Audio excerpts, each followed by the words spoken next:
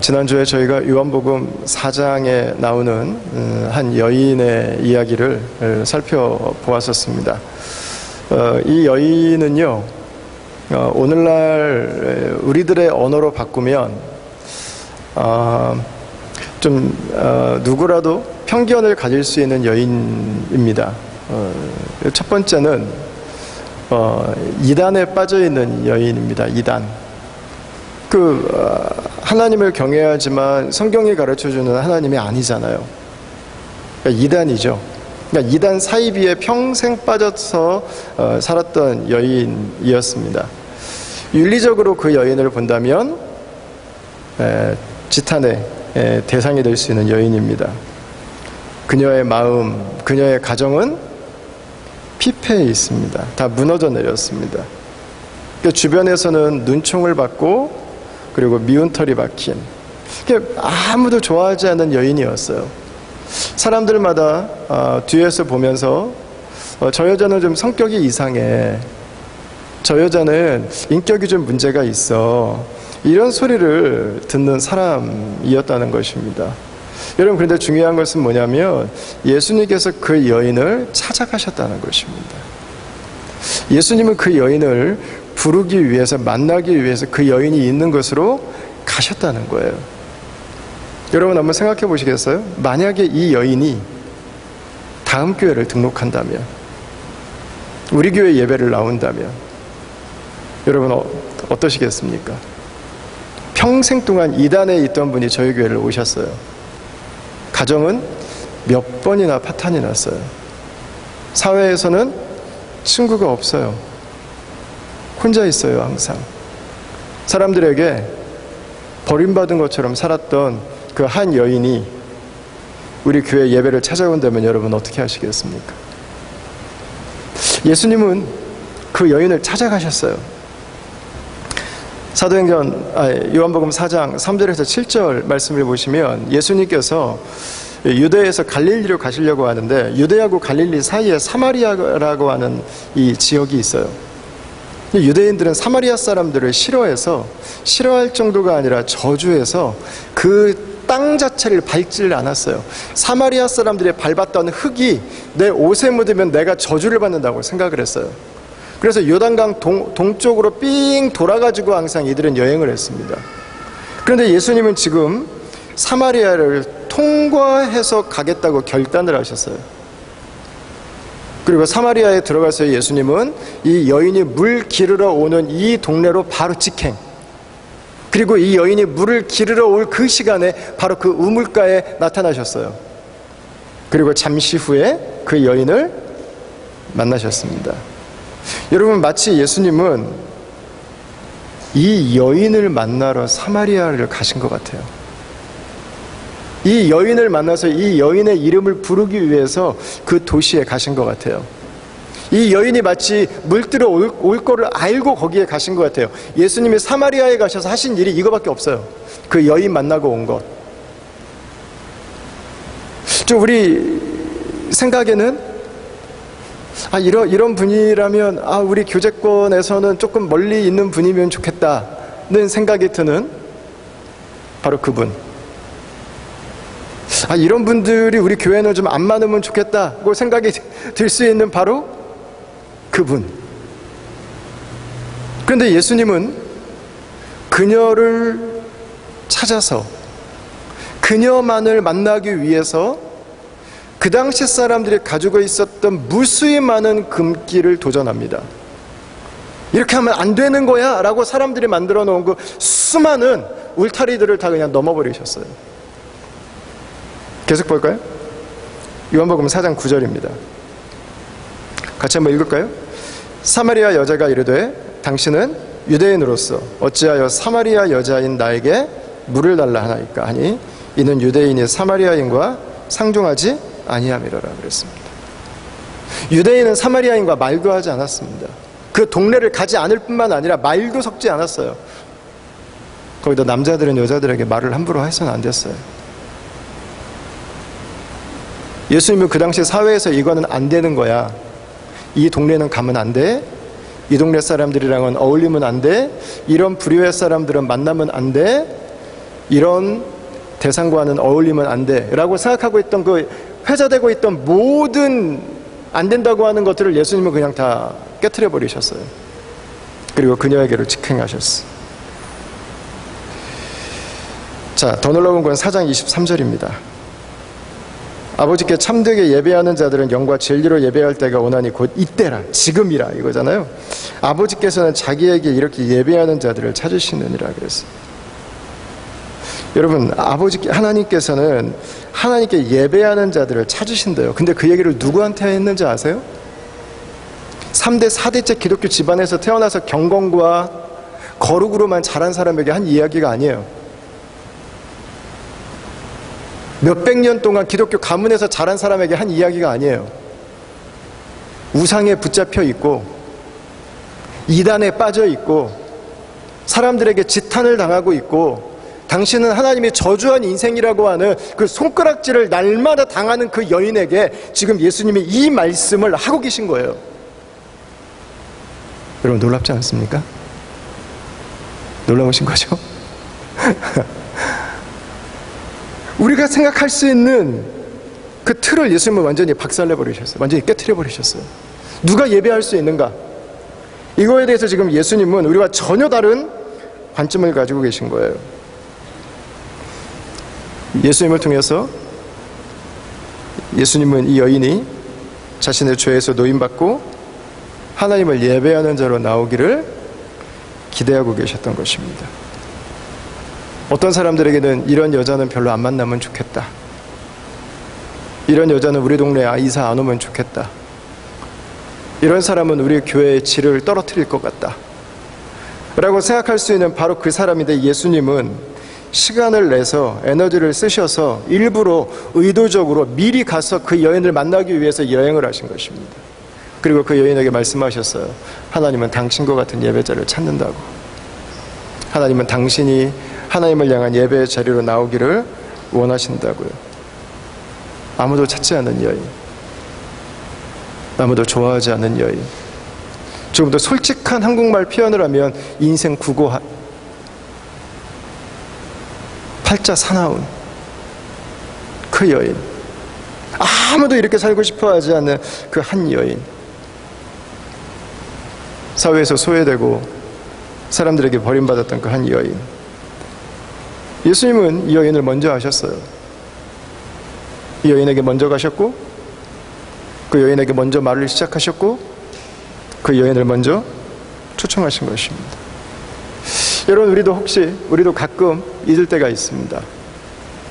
예수님을 만나기 전에 저와 여러분들도 예배자가 아니었다는 것입니다. 예수님을 만나기 전에는 저와 여러분도 우상을 따르고 세상을 따르는 한 사람이었을 뿐이라는 것입니다.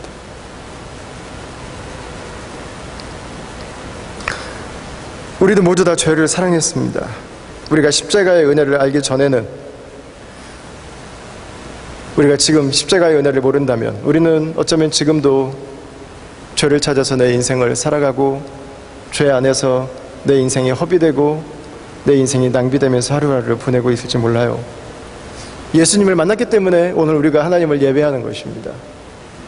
그렇지 않다면 우리도 사실 여인이 서 있는 그 자리에 서 있는 것입니다. 그런 우리를 예수님께서 사마리아라고 하는 그 지역에, 수거라고 하는 그 작은 도시에, 그 대낮에 그 땡볕에 물을 뜨기 위해서 나왔던 그 여인을 찾아가서 그 이름을 불러주셨던 것처럼 저 여러분들의 인생의 어느 순간에, 저 여러분들의 인생의 어느 골목에서 찾아오셔서 저희들의 이름을 불러주셨고 저와 여러분들에게 바로 그 새 생명의 은혜를 주신 것입니다. 그래서 저와 여러분 같은 죄인이, 저와 여러분같이 세상을 사랑하는 사람들이, 저와 여러분처럼 한없이 약하고 악할 수 있는 사람들이 하나님의 백성으로서의 삶을 살아갈 수 있게 되었고 이렇게 귀하고 놀라운 공동체를 함께 이룰 수 있게 된 것이죠. 여러분, 예수님이 역사하시는 곳에는 바로 이런 일들이 있습니다. 예수님이 역사하는 곳에 죄인이 하나님께 돌아오는 역사가 있어요. 세상에 붙잡혀 있던 사람이 하나님을 예배하는 예배자가 되기 시작해요. 하나님을 모르던 사람이, 하나님을 거절하던 사람이 하나님의 사랑을 만나고 그분 안에 살아가는 그 변화를 경험하기 시작하는 거죠. 여러분, 이것이 예수님이 역사하시는 교회입니다. 이것이 바로 예수 그리스도의 복음이 하는 일입니다. 그러나 가끔씩은 교회가 아플 수 있습니다. 가끔씩은 교회가 병들 수 있어요. 교회가 병이 들면 어디가 가장 먼저 병이 드냐면 눈병이 드는 것 같아요. 눈병. 예수님이 더 이상 보이지 않아요. 아, 예수님의 은혜로 내가 구원받았지? 이게 잠시 깜빡해요. 깜빡. 아, 나도 예수님 만나기 전에는 나도 죄인이었지? 이걸 잠깐 깜빡해요. 그래서 어느 순간 내가 크게 보여요. 어느 순간 내가 더 확장돼서 보여요. 나는 30년이나 예수님 믿었는데, 나는 이렇게 열심히 주님을 섬겼는데, 교회를 생각할 때 내가 조금 더 편한 교회를 생각하기 시작해요. 나에게 조금 더 맞는 교회, 나에게 조금 더 쉬운 교회, 쉽게 말하면 내가 통하는 교회, 나를 인정해주는 교회에 대해서 생각하기 시작해요. 교회가 병들어가는 거예요. 여러분, 먼저 예수님 믿은 사람과 나중 예수님 믿은 사람이 내세울 게 어디 있습니까? 예수님의 은혜로 구원받은 거지. 예수 그리스도의 은혜가 아니었다면 다 죄인이지. 우리가 오늘 예수 그리스도 안에서 하루를 살아간다면 그 하루의 삶은 은혜죠. 은혜. 은혜로 살아가는 거죠. 그것은 우리의 공로가 아니에요. 우리가 인정받으려고 할 수 있는 부분이 아니에요. 그것은 은혜로 예배자가 되었고, 은혜로 그분을 섬기게 되었고, 은혜로 우리가 죄의 노예에서 벗어난 거지. 그것이 우리가 내세울 수 있는, 그것이 우리가 다른 사람들에게 나는 당신보다 더 낫다고 하는, 나는 당신보다 더 특별하다고 하는 것을 말할 수 있는 이유가 결코 되지 않는다고 하는 것입니다. 여러분, 우리의 예배를 생각하면서 어떠십니까? 우리의 예배를 생각하면서 우리의 예배가 이 수가성의 여인이 여러분 올 수 있는 예배, 오면 환영할 수 있는 예배, 그녀를 맞이하고 그녀를 축복할 수 있는 여러분 그 예배로 우리의 예배를 생각하고 계십니까? 아니면 내가 몇십 년 동안 해왔던 나에게 잘 맞는 찬송, 찬양, 내가 듣고 싶어하는 종류의 설교와 내가 바라는 그 문화와 내가 불편하지 않은 흐름으로 이 예배가 나에게 맞춰지기를 여러분 혹시 기대하고 있는 것은 아닌지 모르겠습니다. 그러나 예수님께서 이 땅에 오신 목적, 그것은 너무 분명합니다. 마태복음 9장 13절을 우리 다 같이 한번 읽어보겠습니다. 너희는 가서 내가 긍휼을 원하고 제사를 원하지 아니하노라 하신 뜻이 무엇인지 배우라. 나는 의인을 부르러 온 것이 아니오 죄인을 부르러 왔노라 하시니라. 그랬어요. 마가복음 말씀을 같이 읽겠습니다. 2장 17절 말씀 다 같이 읽겠습니다. 예수께서 들으시고 그들에게 이르시되 건강한 자에게는 의사가 쓸데없고 병든 자에게라야 쓸데있느니라. 나는 의인을 부르러 온 것이 아니요 죄인을 부르러 왔노라 하시니라. 아멘. 여러분, 놀랍게도 예수님은 말씀하셨어요. 이런 자를 부르러 오셨다고. 그래서 저와 여러분들이 지금 예배하는 자리에 있는 것입니다. 그래서 저와 여러분이 지금 하나님을 아버지라고 부를 수 있게 된 것입니다. 세상을 사랑하던 우리가, 세상을 하나님으로 알던 우리가 하나님을 예배하는 자리에서 하나님을 섬기는 삶으로 나아갈 수 있게 된 거죠. 여러분, 이 여인은 특별한 문제가 우리보다 더 있을까요? 이 여인을 우리가 상종하지 말아야 되는 특별한 이유가 있을까요? 실제로 예수님은 성전에서 직분을 가지고 있고 성전에서 자신의 수익을 창출해내고 있고 성전에서 사람들에게 존경받고 있는 사람들에게 가신 일이 없습니다. 단 한 번도 없습니다. 기록상으로는 없습니다. 그들이 찾아온 일은 있지만 그들에게 예수님이 가신 일은 없어요. 예수님은 오히려 정반대의 사람들에게 가셨어요. 성전의 직분과 관계없는 사람들, 버림받았다고 생각한 사람들, 수로보니게 여인, 삭개오, 악하다고 정평나 있는 사람들, 예수님은 전혀 다른 사람들에게 가셨어요. 여러분, 왜 그들에게 갔을까요? 왜 그들은 예수님이 보실 때는 특별히 더 나쁜 사람이 아니었겠습니까? 여러분, 이 여인은 우리가 잘 아는 것처럼 남편이 5명이 있습니다. 남편이 5명이 있는 여인, 여러분 어떻게 생각하십니까? 이 여인은 다른 여자들보다 남자를 더 밝혔기 때문에 남편이 5명이나 바꿔가면서 자신의 기구한 운명을 여러분 살아갔을까요? 5명의 남편이 있다고 하는 것은 여러분 무엇을 의미하겠습니까? 이 여인의 사랑에 대한 욕구는 단 한 번도 채워진 적이 없다고 하는 걸 의미하는 거죠. 왜 결혼했겠어요? 사랑받고 싶으니까. 사랑하면서 함께 살아가고 싶으니까. 여러분, 그런데 이 여인의 이 기대는 매번 무너진 거예요. 매번. 결혼할 때마다 기대했어요. 이번만큼은 진정한 사랑이기를. 이번만큼은 내 인생을 좀 채워줄 수 있기를. 이번만큼은 나의 연약함을 채워주고, 이번만큼은 나의 부족함에도 나를 끝까지 인내해주는 그 하나님의 우리에게 주신 그 사랑으로 함께 가정을 이뤄갈 수 있기를 이 여인은 매번 소망했다고요. 여러분, 그러나 5이라는 숫자가 우리에게 가르쳐주는 것은 뭐예요? 매번 거절당한 거예요. 단 한 번도 이 여인을 인격으로 사랑하고 존중하고 이 여인을 위해서 헌신하는 남편을 만난 적이 없는 거죠. 여러분, 5이라는 숫자는 이 여자의 해품이 아니에요. 이 여인의 아픔이에요. 눈물이에요. 눈물. 인생의 메마름, 죽고 싶을 만큼 괴로운 그 마음의 아픔의 강도, 그 크기가 이 남편이 5이라고 하는 숫자 안에 녹아 있는 거죠. 이 여인은 이렇게 살고 싶어서 살았을까요, 여러분? 아니었겠죠. 진정한 사랑을 만났다면 숫자가 멈췄겠죠. 지금 있는 남편까지.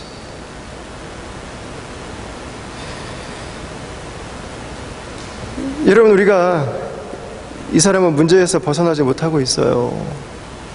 이 사람은 이런 심각한 문제가 있어요. 이 사람은 여기서 헤어나오지 못하고 있어요. 라고 말하는 사람들을 종종 보게 됩니다. 여러분, 그분들은 그걸 좋아할까요? 그분들은 그걸 사랑할까요? 술이 없으면 잠 못 드는 분들은 그걸 좋아서 할까요? 폭력을 행사하는 분들은 그걸 하고 싶어서 할까요? BBC에 나온 기사인데요. 가버메이트라고 하는 카나다 메디컬 닥터입니다. 이분이 쓴 글이 하나가 올라왔어요. 그래서 이분이 하는 얘기의 핵심이 그거예요. 우리가 말할 때 소위 문제 있다고 생각하는 사람들이 그 행동을 반복적으로 하는 것은 그들의 의지적인 선택이 아닐 수 있다는 거예요. 아니라는 거예요. 그러나 사회는 행동의 결과를 가지고 평가하잖아요. 악한 사람, 법을 어긴 사람, 격리돼야 되는 사람. 그러나 이분이 하는 얘기는 뭐냐면 그 사람의 내면에 채우고 싶은 간절함이 있다는 거예요. 진짜 사랑을 좀 만나고 싶다는 거예요. 진짜 내 인생의 의미를 좀 알고 싶다는 거예요. 나 어떻게 살아야 되는지 좀 알고 싶다고요. 정말 내 삶에 살만하다고 하는 것을 좀 어디 가서 좀 만나고 싶다고요. 근데 그걸 경험할 수 있는 데가 아무것도 없는 거예요. 그러니까 결국은 가짜로, 가짜 사랑에, 가짜 의미에, 가짜 기쁨과 가짜 즐거움에 내 인생이 반응하기 시작하는 거예요. 하고 싶어서 하는 게 아니에요. 어느 순간 가보니까 거기 끌려가 앉아 있는 거지. 마음이 뻥 뚫려 있으니까. 베이큐처럼 주변에 있는 무엇이든 끌어들이지 않으면 견딜 수 없으니까, 살 수 없으니까 죽을 것 같아서 버티다가 눈 떠보니까 그 자리에 가서 앉아 있는 거죠. 여러분, 수가성에 있던 그 여인이 우리보다 더 나쁜 여자일까? 더 문제가 심각한 여자일까? 아니요, 여러분. 그녀도 우리처럼 사랑을 원하는 한 사람이에요. 오늘도 사랑을 기대하는 한 사람. 진짜 사랑을 만나고 싶어하는 한 사람, 내 인생에 가치 있음을 발견하고 싶은 바로 그 한 사람. 그들이 우리보다 더 악하거나 부패하지 않았습니다. 그들이 예수님을 만나고 하나님의 것들로 그 마음이 채워져야 되는 것뿐이에요. 여러분, 우리가 먼저 하나님을 예배하는 자들로 해야 되는 일은, 먼저 우리가 죄가 무엇인지를 알았고, 먼저 하나님을 예배하고, 먼저 하나님의 뜻을 알았고, 먼저 우리가 더 거룩한 삶을 살기 위해서 노력하면서 우리가 해야 되는 일은 그들을 정죄하거나 평가하는 것이 나는 아니라고 믿어요. 당신도 나와 같군요.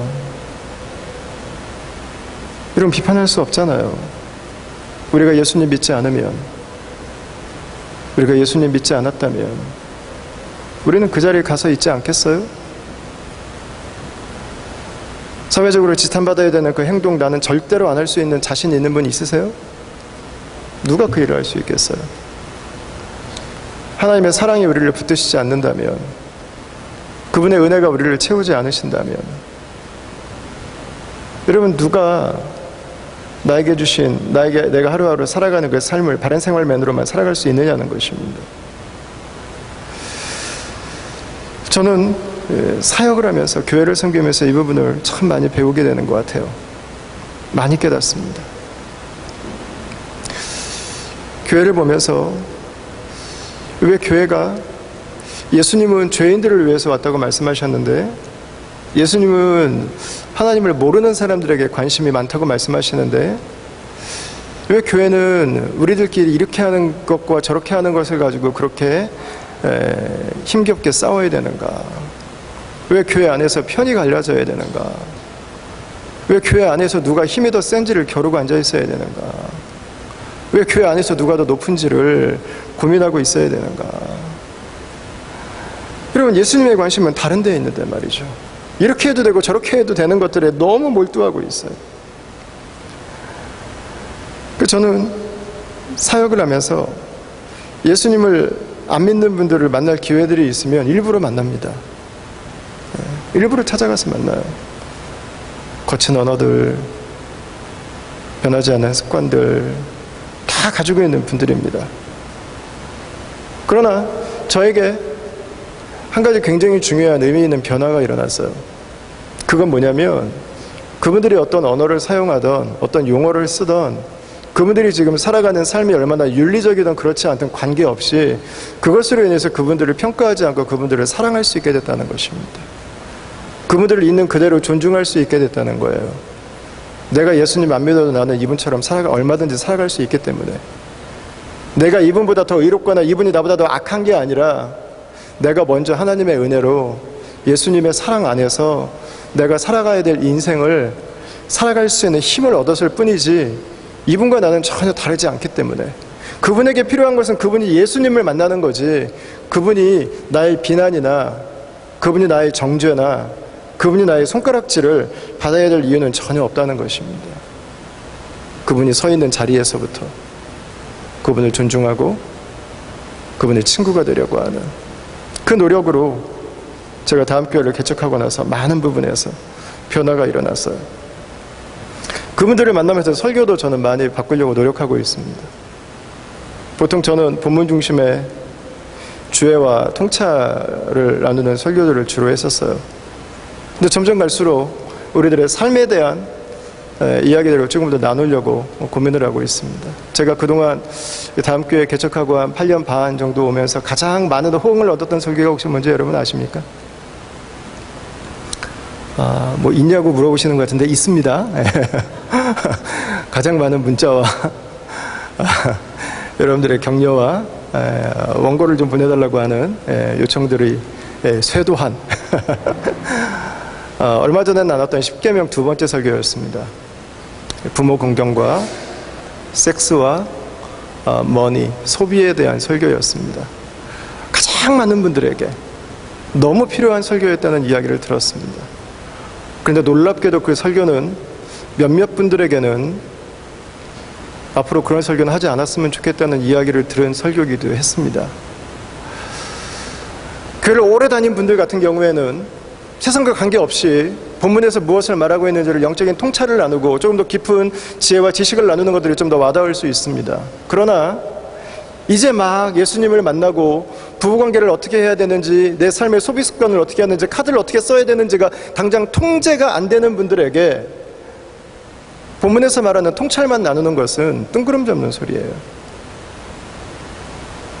아무 관계가 없어요. 거기에서부터 가는 것입니다. 어떤 분들은 이게 수준이 더 낮아진다고 생각할 수도 있습니다. 어떤 분들은 이게 설교가 더 저질이 된다고 생각할 수도 있습니다.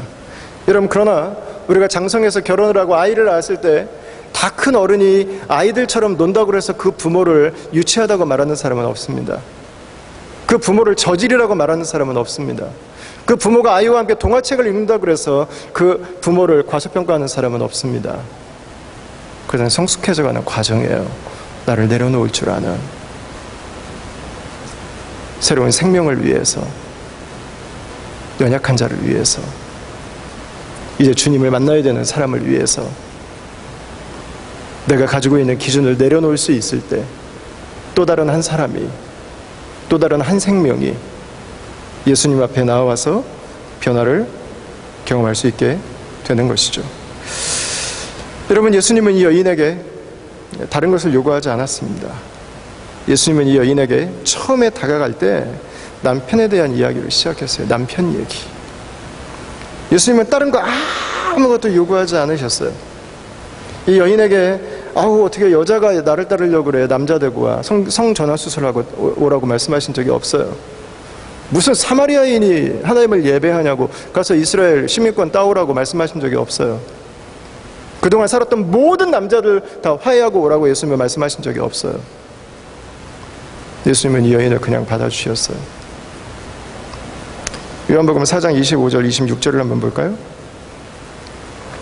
같이 한번 읽겠습니다.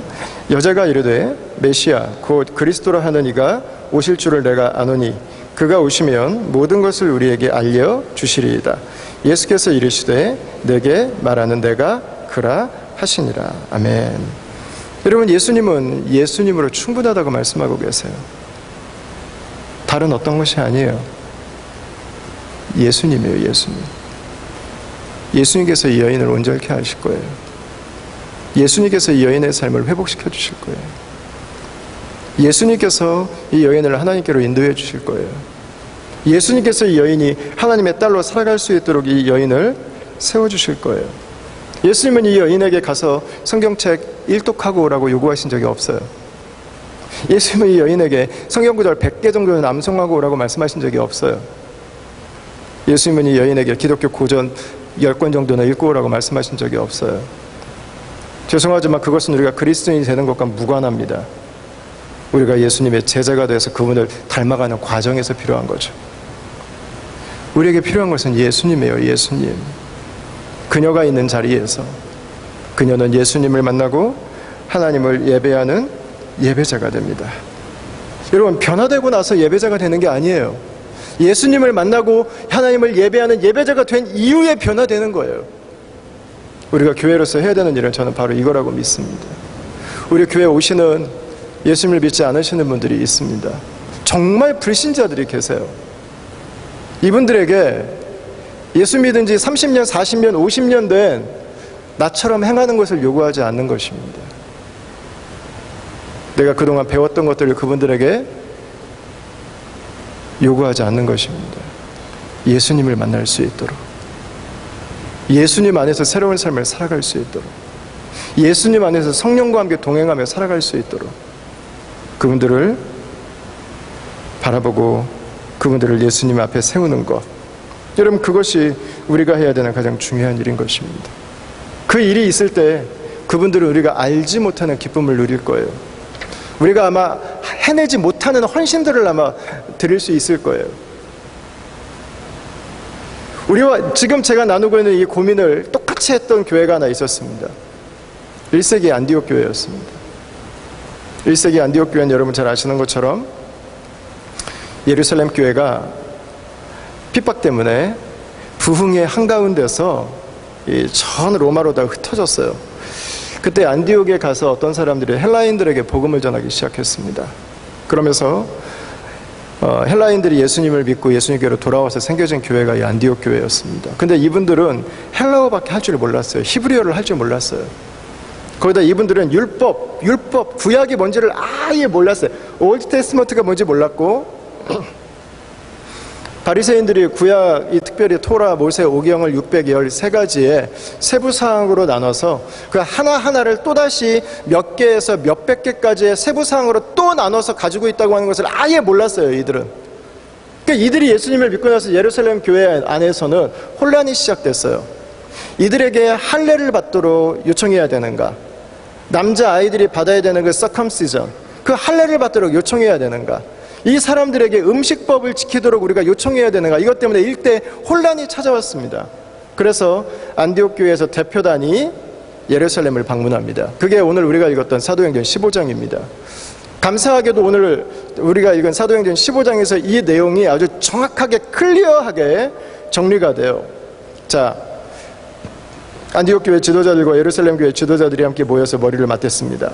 바울과 바나바가 대표로 예루살렘에 와서 하나님께서 로마의 한복판에서 행하고 계시는 놀라운 구원의 역사에 대해서 보고를 했습니다. 사람들이 환호하고 박수하고 하나님께 영광을 올려드렸습니다. 그런데 그 순간에 반대파들이 일어났습니다. 그래서 예수님을 믿었지만 그들이 서컴시전, 할례를 받아야 되고 그들이 음식법을 지켜야 되고 그들이 정결 예식을 따라야 된다고 하는 구약의 법을 지켜야 된다고 하는 것을 요구하기 시작했습니다. 그때 베드로가 일어났습니다. 그래서 베드로가 한 말이 오늘 저희가 읽은 사도행전 15장 7절에서 11절에 나오는 바로 이 말씀입니다. 베드로가 하는 말의 핵심은 이것입니다. 만민에게 구원은 차별이 없다고 하는 것입니다. 그리고 베드로는 그들에게 말합니다. 우리와 우리 조상들도 다 지키지 못한 613가지나 되는 그 수많은 율법들을 어떻게 율법이 무엇인지 알지도 못하는 저 이방인들에게 우리가 가르쳐서 그걸 지키게 할 수가 있는가? 여러분, 이것의 가장 큰 문제는 뭐죠? 예수 그리스도의 십자가의 보혈의 은혜를 완전히 무시해버리는 거예요. 거기서 자유로워하리라고 이 땅에 오셨는데, 거기서 노임받으라고 이 땅에 오셨는데, 예수께서 오신 이후에 여전히 그것을 가르치고 여전히 그것으로 그들의 믿음의 삶에 짐을 만들려고 하는 것에 대해서 베드로는 동의하지 않았습니다. 그리고 맨 마지막 절에 보시면 이렇게 말하죠. 그러나 우리는 그들이 우리와 동일하게 주 예수의 은혜로 구원받는 줄을 믿노라 하니라 그랬어요. 혹시 성경책을 가지고 계신 분은 밑줄 쳐놓으세요. 주 예수의 은혜로 많지 않아 써놓으세요. 주 예수의 은혜로만 구원받는 거예요. 예수의 은혜로만. 그리고 나서 마지막에 베드로의 이야기가 있고 나서 예루살렘 교회 담임 목사님으로 계시던 예수님의 친동생이었던 야고보가 일어납니다. 야고보 사도가 19절에 한마디를 더 덧붙입니다. 그러므로 내 의견에는 이방인 중에서 하나님께로 돌아오는 자들을 괴롭게 하지 말고 그랬어요. 성경 펴고 계신 분들 거기도 밑줄 쳐놓으세요. 괴롭게 하지 말고. 괴롭게 하지 말고. 여러분, 오늘날 우리 시대에 정신 차리고 봐야 될 메시지입니다. 우리가 양육을 한다면 그 양육은 예수 그리스도를 전하는 것이어야 됩니다. 우리가 훈련을 한다면 그 훈련은 예수와 함께 살아가는 것을 가르치는 훈련이 되어야 합니다. 우리의 믿음의 삶은 예수 그리스도가 모든 것 되십니다. 우리가 말씀을 나눈다면 그 말씀의 중심은 예수 그리스도에게 있습니다. 예수께서 우리의 모든 것이 되시는 분이십니다. 우리가 처음 오신 분들에게, 믿음이 무엇인지를 알지 못하는 분들에게 다른 것을 요구할 필요가 없어요. 교회 나오려면 이거 해야 된다고 여러분 요구할 필요가 없어요. 예수님 만나면 돼요. 예수님 만나면.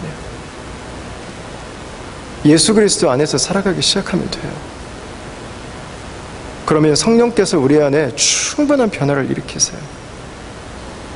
우리가 경험하지도 못했던, 우리가 알지도 못했던 그 놀라운 변화들을 우리가 경험할 수 있게 될 거예요.